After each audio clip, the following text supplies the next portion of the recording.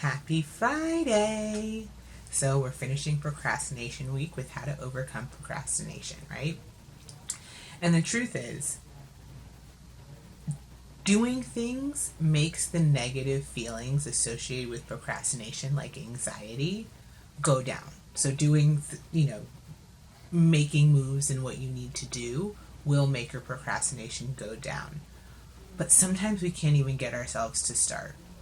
So today I'm going to share two levels of overcoming procrastination.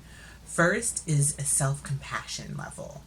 This helps deal with the triggers to lessen the angst and negative emotions associated with the certain tasks that cause procrastination. And then there are the actions that I use to get my ass moving when I just need to get going, right? So first and foremost is self-compassion. Procrastination is about emotions. That is what we really talked about this week, not productivity. The negative emotions associated with the task is causing you to use procrastination as a coping mechanism. And we usually want to jump right into action hacks, but if you don't address the way you react to your procrastination, you'll inevitably end up procrastinating again. So you're going to end up stuck in an endless loop of productivity hacks of constantly 5, 4, 3, 2, 1ing your way through your whole day, right? So now that you know what you do to procrastinate, what tasks and mood trigger your procrastination and resistance, now it's time to pay attention to what you tell yourself when you notice yourself procrastinating. Are you telling yourself, stop being lazy? Or that you'll never get ahead sitting on your ass? Or that this is pathetic? Do something with your life? Do any of these sound familiar? More importantly, do any of these sound helpful? The answer is no. You're going to do more when you treat yourself kinder, right? So here are some ways to do that, to be more compassionate with yourself when you find yourself procrastinating. 1, mantras. A simple, you got this, or better late than never, can lift your mood and get you going when you hear yourself being hard on yourself. And if you don't really buy into mantras and you don't like the way that sounds, then think of it as treating yourself as your best friend. What would you tell your best friend if they called you and told you that they were having a shitty day and they were procrastinating on this project or, whatever the case is? You'd probably cheerlead them. You'd say, it's cool, we all have been there, you've got this. So whatever you would say to them, say to yourself. Second, journaling. So facing your shit every day is a great way to show yourself compassion and cut yourself some slack. You work out your feelings before they really become a problem, and you're able to identify the things triggering you faster. So, journaling. Third, 2-minute reset meditation. This is a great way to separate yourself from the negative playlist running through your head.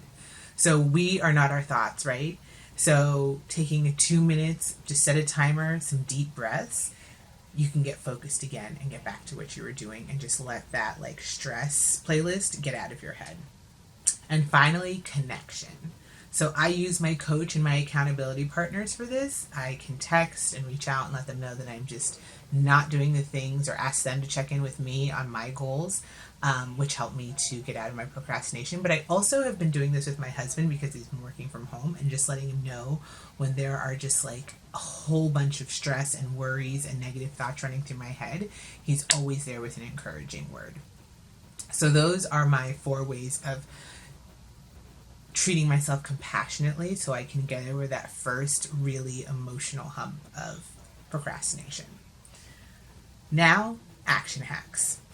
So the shitty thing about identifying your triggers is that it doesn't make them disappear. And self-compassion takes a long time to master. So just because you notice your triggers and you realize what your buttons are and blah, blah, blah, does not necessarily mean that it doesn't mean at all that they go away. I think that is the biggest thing to understand about growth, is that it's not linear, it's consistent, it's going on and on and on. And you don't get to just say, oh, my perfectionism trigger. Once I notice it and I know how to deal with it, it just goes away, right? No, that trigger happens. You just have a better idea of how to deal with it. So when you're aware of it and you're still feeling it and you just need to jump into action, here is what I do. So 1, just take the very next step. So oftentimes I'm procrastinating about the bigger picture, right? Like the bigger project.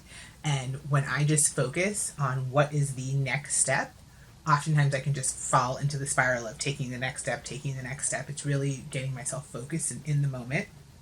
So even if it's as simple as I haven't sent this email that I don't want to send or that I've been procrastinating on, the first step is to just open my email, right? And then the next step is to open a specific email thing, address it, just one by one, step by step. So just take the very next step. 2, 5-minute timer and reward. And 5-minute can be 10-minute, 15-minute. If I'm feeling really good, a 50-minute timer, 50, plus reward. So basically, I'm just bargaining with myself. I'll set a timer to do the work and reward myself after. And often the reward is the thing I wanted to procrastinate with, right? So social media, Candy Crush, and I'll let myself do that in less time. Like if I worked for 20 minutes, then maybe 5 minutes of social media. So I'll let myself do it in a smaller time increment. But just the idea that I'll bargain with myself and let myself have a reward after I get something done. And finally is my playlist for specific activities. So it's really this idea of pairing things I don't always love with things I always love. I always love music. I always love audiobooks. So I only let myself listen to audiobooks when I'm exercising, and I only let myself listen to my favorite playlists when I'm working. I have a playlist that I absolutely adore, and I only let myself listen to it when I'm feeling super overwhelmed. So pairing like music with activities I don't always love or audiobooks helps me to get those things done. So how can you use self-compassion and action hacks to help you with overcoming procrastination in your life? That concludes Procrastination Week. I really hope you learned something to help you understand and overcome your procrastination and that awful habit in your life. Thank you for watching a Daily Huddle with me, Life Coach Franzani.